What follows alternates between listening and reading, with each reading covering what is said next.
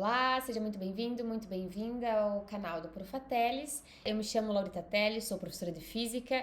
Esse será o primeiro vídeo do curso de Física Básica 1. A gente vai tomar como livro-texto da disciplina o livro de Fundamentos de Física do Halliday. E vamos seguir ele ao longo de todo o curso. Essa é a primeira aula, a gente começa com o capítulo 1 de medição. Bom, a ciência e a engenharia ela se baseia em medições e comparações, e esse é o ponto. E por que isso? Porque a gente precisa de regras para estabelecer de que forma as grandezas elas devem ser medidas e comparadas. Por isso que nós precisamos de experimentos para estabelecer as unidades para essas medições e comparações. Então, um propósito da física e também da engenharia é exatamente projetar e executar esses experimentos que vão nos fornecer medidas e comparações que sejam precisas. E você pode se perguntar, inclusive, né, será que essa exatidão ela é realmente necessária? E o ponto é, eu te convido, inclusive, para refletir sobre isso. Quer ver um exemplo? Se não houvesse relógios exatamente precisos, o sistema de posicionamento global, que é o nosso famoso GPS, Global Positioning System, que a gente usa, eu uso, você usa, o mundo inteiro usa de maneira geral, ele não seria possível. Ele só é possível tal como é, porque a gente tem né, relógios que são precisos, conseguem realizar medidas com exatidão, tá? Então isso é um exemplo, inclusive, de aplicação da ciência e engenharia quando a gente fala de medições e comparações. Então, por esse motivo, a gente inicia o curso de física com este capítulo, com este tema, estudando medições e comparações. O que parece irrelevante, na verdade, é a base para toda a física e para toda a engenharia. Bom, as medidas, elas são um bom indicador da boa e velha ciência. O quanto você sabe sobre algo depende do quão bem você pode medi-lo. E isso foi uma declaração expressa por Lord Kelvin, justamente no século XIX. Ele disse o seguinte: digo frequentemente que, quando se pode medir algo e expressá-lo em números, alguma coisa isso é muito lindo. Alguma coisa se conhece sobre ele. Quando não se pode medi-lo, quando não se pode expressá-lo em números, o conhecimento que se tem dele é infértil e insatisfatório. Pode até ser um início para o conhecimento, mas ainda se avançou muito pouco em direção ao estágio da ciência, seja ele qual for. Então, quando a gente olha para a medida científica, a gente está justamente olhando para a base da ciência, algo que remonta a muito antes antes de Cristo, né? Então, desde o terceiro século antes de Cristo, por exemplo, já tinham sido realizadas várias medidas bastante precisas, inclusive a respeito do tamanho da Terra, da Lua, do Sol, inclusive as distâncias entre elas.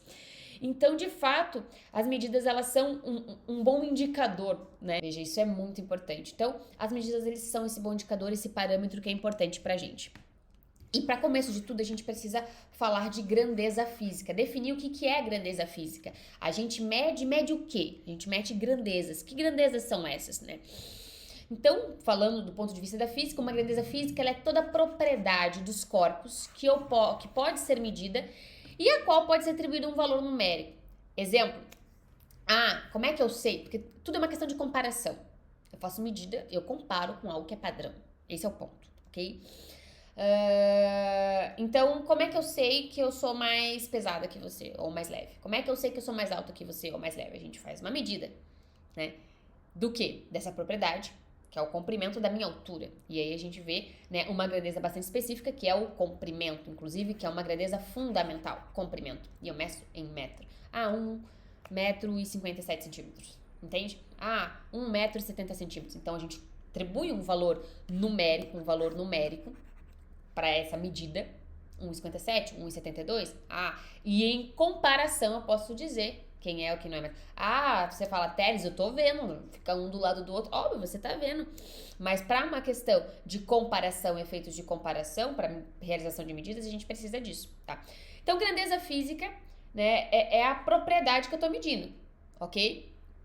E aí, a gente mede cada grandeza física em unidades apropriadas, né? Por comparação com um padrão. Como eu falei, a gente sempre vai ter um padrão base para eu medir, né? Inclusive, se eu falo para você eu tenho 1,57 e alguém fala eu tenho 1,78, esse 1 é comum? Quem me garante? O que me garante é o padrão. Entende? Para eu fazer comparação, eu preciso de um padrão. Né? Esse metro, essa unidade do metro, 1 metro, tem que ser o mesmo. Né? E aí vem a necessidade, essa grande discussão da precisão dos padrões de medidas. Né? E o que é interessante? A gente mede cada grandeza em unidades apropriadas. Vem, portanto, algo muito importante que causa confusão já desde a época do ensino médio, que é a unidade de medida. Grandeza física é a propriedade que eu vou medir. Unidade de medida é o nome particular que eu atribuo a essa medida dessa grandeza, a medida dessa grandeza. Então, por exemplo, a grandeza comprimento, né? Quero medir a minha altura. Isso é uma medida de comprimento, propriedade de comprimento. Eu meço em metro. Metro é a unidade de medida dessa grandeza, que é o comprimento da minha altura. Entende? E aí a gente, claro, vai atribuir símbolos para essas unidades de medida. Então, o nome do que eu meço a grandeza é o que eu chamo de unidade de medida, ok? Uma coisa é grandeza física, outra coisa é unidade de medida. Grandeza eu vou medir e unidade de medida é o padrão para aquela grandeza, é o nome do padrão de medida daquela grandeza. Isso tem que ficar muito claro pra gente, tá? Por que isso? Porque medidas, né? Medidas, grandezas físicas, de maneira geral, é a base da ciência. A gente precisa entender isso. E aqui eu coloquei as três, né? São as três grandezas básicas. A gente tem as 7 grandezas fundamentais, as demais são derivadas delas. E aqui a gente tem, por exemplo, o tempo, que é uma grandeza física, uma propriedade que eu vou medir, né? O padrão de unidade com a qual eu meço, né? O meu padrão é o segundo, símbolo S minúsculo. Massa, né? Quantidade de matéria, quilograma.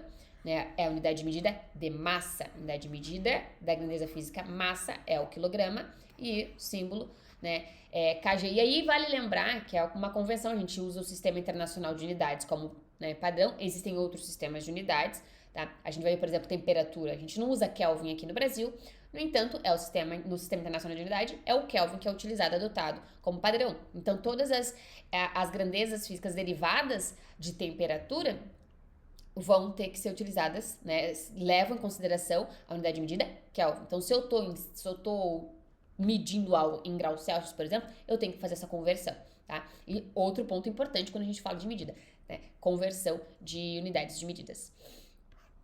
Porque a unidade de medida ela vai definir aquele padrão, ok? E isso é muito importante pra gente, tá? O metro, eu vou falar aqui rapidamente desses três, já que eu dei início com eles, e depois a gente fala um pouquinho mais, né? Por que isso? Porque são as três grandezas que o livro foca, de maneira geral, o Halliday foca bastante, que são pra gente, são muito importantes no decorrer do curso, de maneira geral. Então, o metro é o comprimento do trajeto percorrido pela luz no vácuo durante um intervalo de tempo bem pequeno, que é esse aqui, que vocês leem. E aí, essa definição do metro mais atualizada.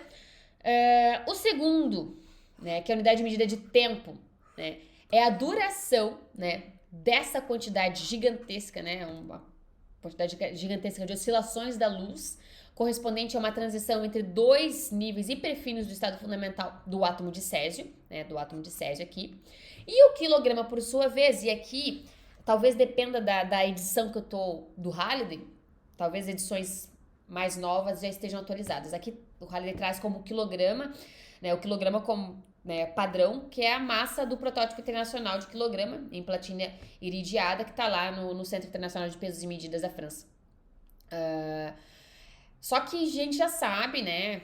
Se você não sabe, então vou deixar também aqui na descrição alguns links para consulta, que a gente atualizou isso, o quilograma padrão está relacionado agora com a constante de Planck, né? Então, mas esse daqui, né, era o padrão anteriormente. E o ponto é que as grandezas físicas, elas são divididas em dois tipos, que são as grandezas, a gente separa em grandezas fundamentais e grandezas derivadas. As grandezas fundamentais são essas aqui, que a gente tem, o comprimento, a massa, tempo, tudo aquilo que eu consigo medir diretamente, né? Eu vou ter essa grandeza fundamental. E depois, todo o resto são grandezas derivadas, né? As grandezas derivadas, elas derivam, né, dessas grandezas aqui. E aí, o exemplo clássico que a gente tem é a grandeza de física clássica, que é a força, Pra gente é muito importante entender força. E qual que é a unidade de medida de força? Você vai me dizer, Teles, é Newton. Mas o que é Newton? Newton é quilograma metro por segundo ao quadrado. Entende? Deriva dessas três grandezas aqui: massa, comprimento e tempo, né?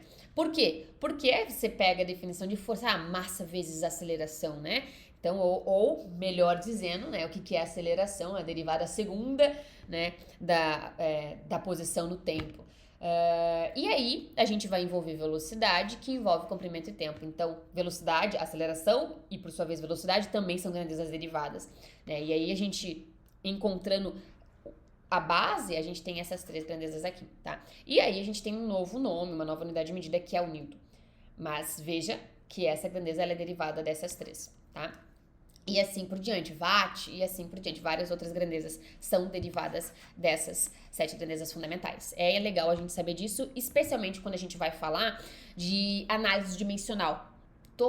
Resolvendo um problema que, né, é muito comum, né, era muito comum no ensino médio, ainda é comum na graduação, especialmente no início, quando a gente começa a física básica, a gente fazer confusão de unidade de medida.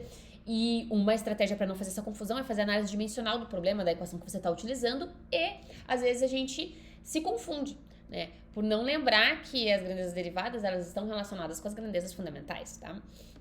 Então, a título de exemplo, a gente tem o watt, né? Então, o watt, o símbolo é o W, mas o que é o watt? Né? É 1 kg metro quadrado por segundo ao cubo, entende? E aí, a título de exemplo, muitas vezes a gente utiliza, e aqui é um ponto muito importante quando a gente fala de medidas, né, medindo grandezas de maneira geral, é que a gente às vezes lida com números muito grandes ou números muito pequenos, certo? E é importante pra gente conhecer notação científica. Tô aqui com a tabela que tá lá no livro, não tô lembrada agora de cabeça a edição, eu vou colocar na descrição, tá? Do Halliday. E aqui, né, é importante vocês olharem. Claro que preciso decorar tudo isso, não. Mas as mais comuns, inclusive estão em negrito aqui, é importante saber de cabeça. A título de exemplo, o giga, o G maiúsculo, que é o giga, é 10 elevado a 9, então, né, é um número grande. O mega, também muito utilizado, 10 elevado a 6. O quilo, que é 10 elevado a terceira, né, 1000. E os menores, os muito comuns, que é o centi, né? 30 centímetros, né? 30 vezes 10 elevado a menos 2, porque o centi é 10 elevado a menos 2. O milímetros, por exemplo, né? Miligramas, mililitros. Então, mili é 10 elevado a menos 3, preciso lembrar disso, tá? Nano, muito comum, micro, nano, muito comum, né? Micro 10 a menos 6, nano 10 a menos 9 e o pico que 10 a menos 2. Claro que tem os outros prefixos que não são tão comuns, mas esses em negritos aqui são os mais comuns, a gente tem que lembrar de cabeça. Posso pensar assim, vou escrever em potência de base 10, o prefixo ele é uma potência de base 10. Mas comumente a gente usa prefixo por ser mais fácil a leitura, facilitar, vocês vão ver isso muito em exercícios e problemas. Não que haja algo de errado em você utilizar as potências de base 10, porque convenhamos que ter que ler por extenso foi a título de exemplo que a gente tinha aqui, né? Eu deixei por extenso, inclusive propositalmente. Lê pra mim aqui isso aqui agora. E aí? Entende? É disso que eu tô falando. Às vezes é desconfortável a gente ter que ficar lendo, carregando esses números grandes, fazendo as contas, tudo. Então você deixa em notação científica, claro, considerando os algarismos significativos, né? Por uma questão de confiabilidade nos seus dados. E utiliza a notação científica, potenciação de base 10. Aqui tem um errinho, tinha que estar, né, elevado aqui. E aí vem outro ponto importante que eu comentei com vocês, que é o fator de conversão. A título de exemplo, a gente tem aí, como eu comentei com vocês, a temperatura, que no Sistema Internacional de Unidades é utilizado o Kelvin, né? No entanto, a gente aqui usa o Celsius, né, grau Celsius. Só que não só para isso, né? É para escala de temperatura, é para tempo, é para velocidade. Os mais comuns que a gente vê de conversão é a unidade de medida de tempo, unidade de medida de velocidade. Então, quando a gente vai olhar, fazer conversão, o que eu preciso lembrar é que às vezes a gente precisa de fato mudar essas unidades de medidas para trabalhar fazer as manipulações que a gente precisa fazer para conseguir encontrar a unidade de medida correta, tá? Quando eu vou fazer contas, vou fazer cálculos, vou manipular as equações, eu preciso estar com as unidades de medidas corretas para ter o meu resultado correto, ok? E aí a importância da análise dimensional. E o que eu faço para fazer essa conversão corretamente? O que pode ser feito é usar a conversão em cadeia, que é isso aqui, tá lá no livro para vocês. Então, a ideia consiste basicamente em eu lembrar que, e aqui é matemática, né? Veja, se eu multiplico qualquer coisa por 1, quanto que tem que dar isso? Se eu multiplico 2 por 1, 2 vezes 1, 2. 3 vezes 1, 3. 70 vezes 1, 70. Então, qualquer coisa multiplicada por 1 vai ser aquela mesma coisa, entendeu? Só que daí, qual que é a sacada?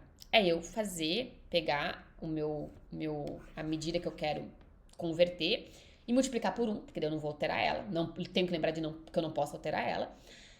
Só que esse 1 ele tem que ser estratégico. Então, a título de exemplo, a gente tem aqui o tempo. Né? A cada 1 minuto eu tenho 60 segundos. Então, 1 minuto é exatamente igual a 60 segundos. É a mesma coisa. 1 minuto é 60 segundos, ponto. E aí, a estratégia. Se eu divido um pelo outro, eles são a mesma coisa. O resultado não tem que dar 1. Porque 2 dividido por 2 é 1. 50 dividido por 50 é 1. Né? Então, 1 minuto, que é 60 segundos, se eu pego 1 minuto dividido por 60 segundos, isso tem que dar 1. Assim como o inverso, 60 segundos dividido por 1 minuto tem que dar 1. Porque é a mesma coisa, entende? E aí que vem a ideia dessa conversão em cadeia, porque você vai multiplicar a sua medida por um que seja conveniente, estratégico. Qual que é a sacada aqui? Olha só, eu preciso sempre multiplicar por um cuja a unidade de medida que eu quero eliminar, ela esteja no denominador. Então, nesse exemplo aqui, eu quero transformar 2 minutos em segundos.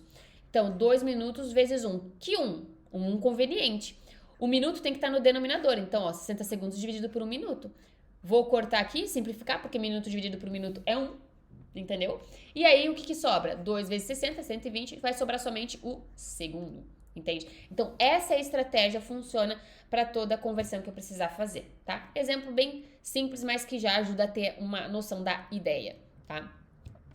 E aí, como eu falei para vocês, inclusive quando estava falando de notação científica, é importante a gente entender a diferença, não confundir dígitos significativos e casas decimais. Porque casas decimais, o que é? Casas decimais é o número de casas que eu tenho, o número de dígitos que eu tenho após a vírgula. E aí, nesse caso, nesse exemplo aqui, ó, veja, em todos os casos, eu tenho o mesmo número de dígitos significativos, é 3, mas casas decimais não, aqui eu tenho uma casa decimal, aqui eu tenho 2, aqui eu tenho 5, entende? Então, são coisas diferentes. Dígitos significativos, ou até mesmo algarismos significativos, corresponde aos números, aos dígitos ao qual eu tenho certeza daquele valor, entende? Eu sei que aquele dado, ele é confiável, ele é certo. Aquilo ali eu tenho conhecimento. O resto eu já não sei, é duvidoso. Quer ver um exemplo? Você pega um exercício, ele te dá lá um dado, por exemplo, assim, ele te dá 3,56 metros. Você vai fazer uma conta e aí você usa a calculadora e daí, quantas casas decimais você tem aqui? 2, após a vírgula. Você tem 3 algarismos significativos. Ou seja, o seu resultado também tem que acompanhar 3 dígitos significativos. Por quê? Porque todo o resto que vier junto com a calculadora, você não tem total certeza daquilo. Você não tem confiabilidade naquilo. E então, você vai ter que abandonar aquilo ali, né? E como eu faço abandonamento? Como que eu abandono? Abandonamento. Como é que eu faço isso? Lembrando das regras, né, de abandono. Quando o número que eu for abandonar aqui, ó, por exemplo, imagine que eu vou abandonar o número 6, vou ficar só com esses dois aqui. Esse número, ele é maior que 5, então eu vou ter que adicionar 1 aqui. Então, esse 35 viraria 36. Então, ficaria 0,0036. Exemplo, tá? Mas se o número que eu for abandonar, ele é menor que 5, aí eu mantenho como tá. E se é 5, depende se é par ou se é ímpar, tá? Beleza? E aí vamos falar agora sobre o método padrão. Eu tinha comentado rapidamente por cima, só que só pra gente discutir um pouquinho, né, em termos de ciência, da evolução da história, né?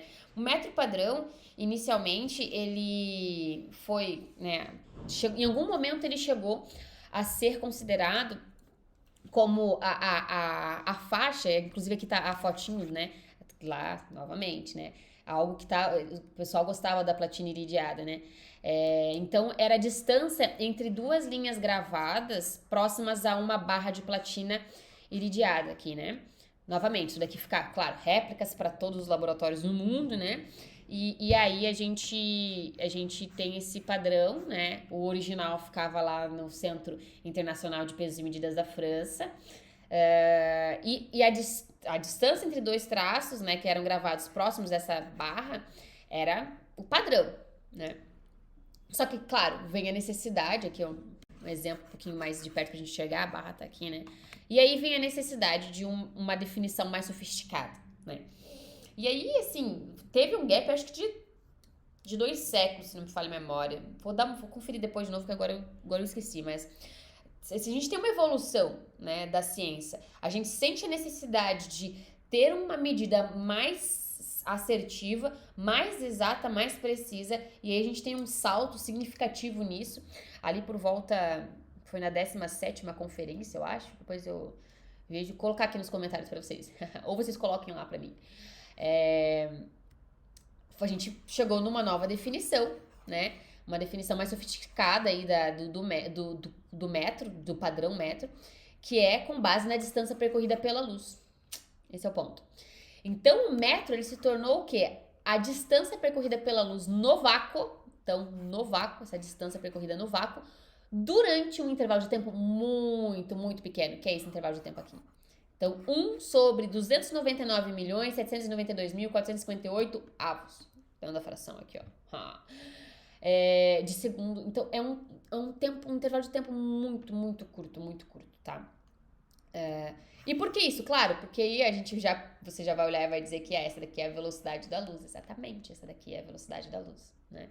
Então, o tempo, se a gente parar para pensar aí na própria definição de velocidade aí, né? Vou até escrever aqui, a gente pensa, né, a definição mais básica de velocidade, né, velocidade escalar média, né, delta S sobre delta T, e aí a gente pode isolar esse cara aqui.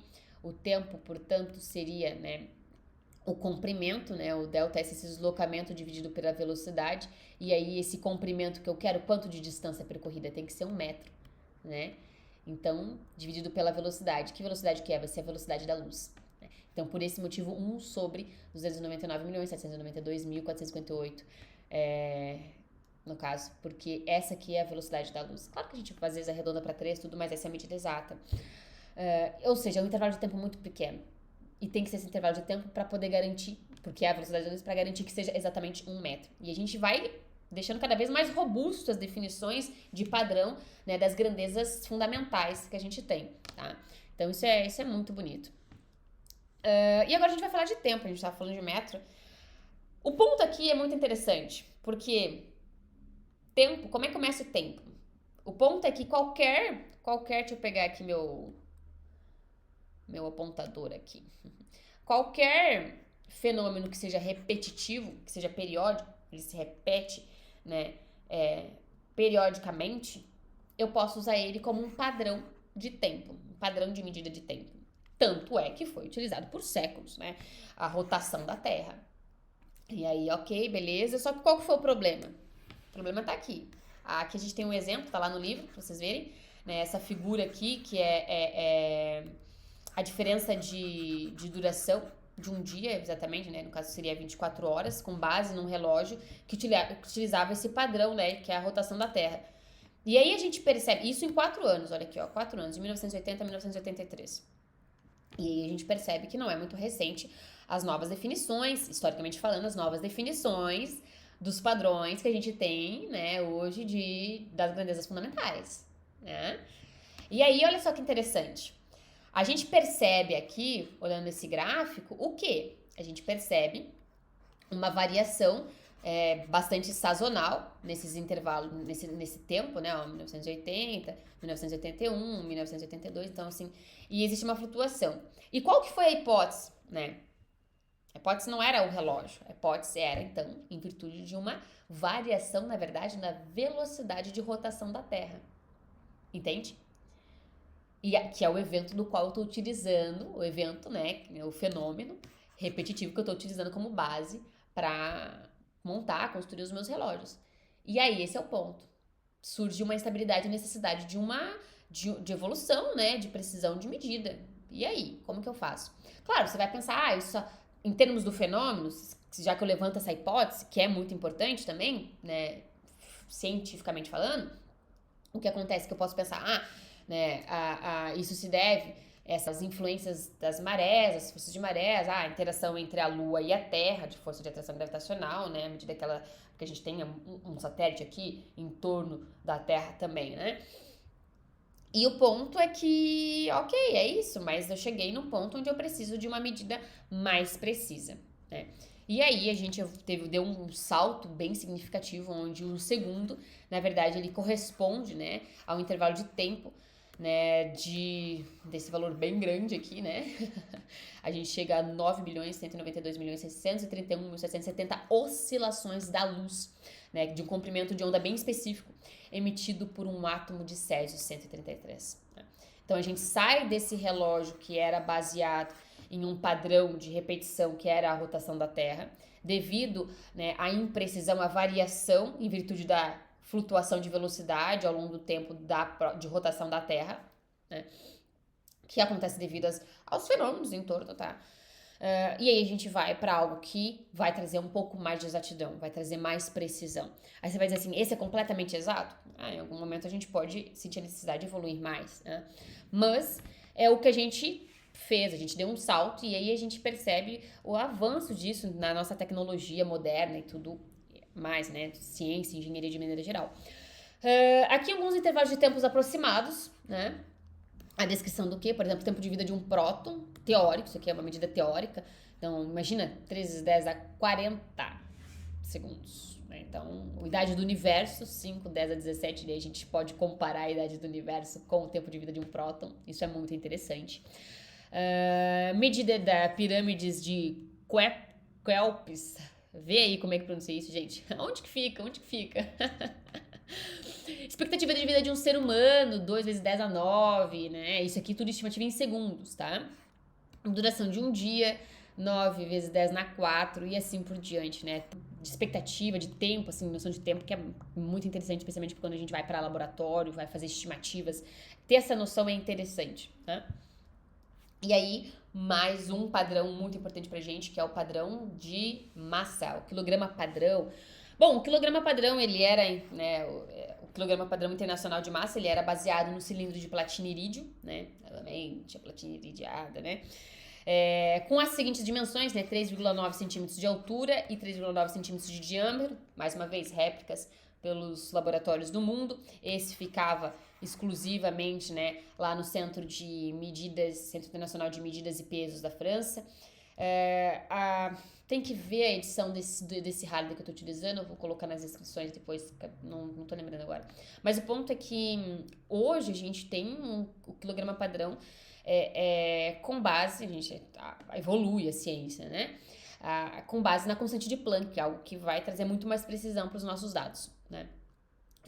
Então aqui se deve à própria edição do livro, eventualmente quando foi publicado, talvez nas edições mais novas tenham já essa atualização, tá? Mas durante muito tempo esse cara aqui foi utilizado com uma precisão significativa, inclusive, tá?